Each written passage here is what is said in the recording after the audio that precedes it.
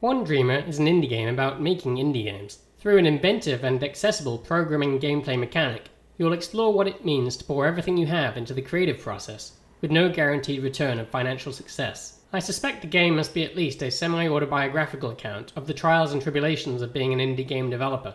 It appears to be mostly the work of one man, Australian developer Gareth Fulks. It was originally kickstarted back in 2015, touted as a mashup of The Last of Us and Catherine.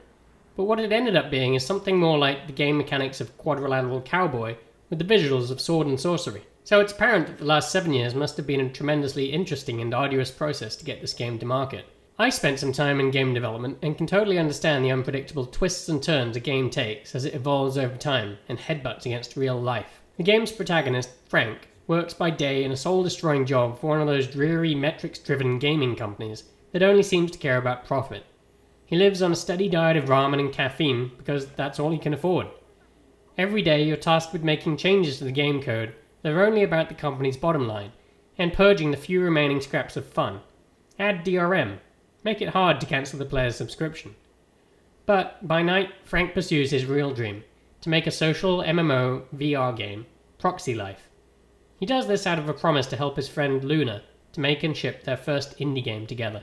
The game's central mechanic is an excellent, user-friendly version of the coding gameplay you might have seen in many other places already. In fact, there are so many games of this type that it's basically a genre in itself, programming and hacking. In One Dreamer, you have to manipulate the world around you using basic coding concepts. What this becomes is a series of gradually challenging logic puzzles. Now, you don't need to be a programming genius or have a degree in computer science. The game starts gently with changing booleans, so you might have to open a door by changing its open state from false to true. All of this is accomplished by mouse only with no manual keyboard input, so there's no chance of accidentally writing bugs. The difficulty scales nicely, introducing you to public variables and other more complicated concepts. Don't get your hopes up. By the end, you're not going to be able to code your own indie game in C#, but you'll have a basic working understanding of some of the most fundamental concepts of programming. Along the way, One Dreamer shares plenty of strong opinions on the game industry and game development in general. From the difficulty of securing good publishing deals, to game dev crunch and the pressures of adulting. In some ways, I wish the game had been more critical of the status quo, in which small teams struggle so mightily to make games within a system that doesn't afford them the space to be creative without burning themselves out.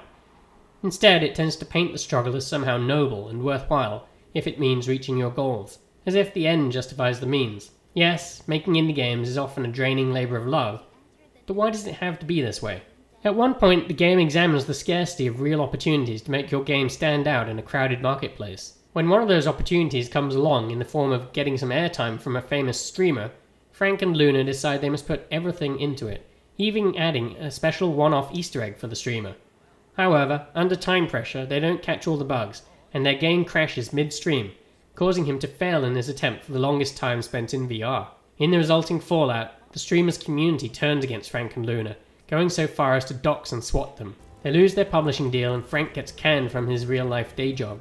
It's the definite low point of the game's emotional arc. It's both an astute assessment of the pressures facing indie game devs, and a blunt, reasonable criticism of the destructive power of toxic fan communities. Frank and Luna are ruined, and their dream of actually releasing their game hangs by a thread. Story-wise, it becomes an ever greater struggle in every sense to cross the finish line and ship the game. Frank is getting eviction notices for failure to pay rent. He's drained in every sense, and yet he works on, driven by nothing more than the promise he made. There's excitement about the flow of the creative process, of learning bit by bit how to make a game, and this is contrasted heavily with the stress-ridden reality of how much unforeseen time, money and effort it costs to make a game, and the insecurity of worrying if it will ever find an audience. The graphics are an extra blocky kind of pixel art, which I last saw in Super Brothers Sword and Sorcery EP. It's an acquired taste for sure, but it has its own unique charm that you don't see all that often. Sparing use of great lighting and other subtle VFX really help elevate the look. It's the small things, like the way rainfall streaks down a window pane, or the glow of LEDs in the dark, that really stand out. There are moments of genuine tenderness, pathos and human warmth that deserve extra credit. These scenes are made spectacular by a great soundtrack courtesy of composer Ben Yusuf Quinn. The orchestral swells at emotionally potent peaks actually gave me chills. The overall soundscape gets a massive boost by superb voice acting from industry veteran talent that lends essential depth and dimension to the characters. In the end, there's a potent message delivered well about how the financial success of a game is secondary to making even just a handful of gamers happy, of providing the means for people to connect in virtual space, of the power of games to bring meaning to people's lives. This game is a champion for the often brutal process of making an indie game, of investing everything you have and everything you are to realize a work of art. One Dreamer is a potent reminder that whether or not you as a player end up liking a game, a team of real people living real lives poured their hearts and souls into making it, and there's value in their motives and efforts which goes way beyond balance sheets. Is it for you though? I finished One Dreamer in about 10 hours, including 100% completion of an optional part at the end. The closest analogy is to an adventure game with a twist. It has a strong narrative-driven storyline, puzzles that will tease your brain, and a unique mechanic from which you might actually learn something about programming. Still not sure if that sounds fun? Try the One Dreamer prologue for free.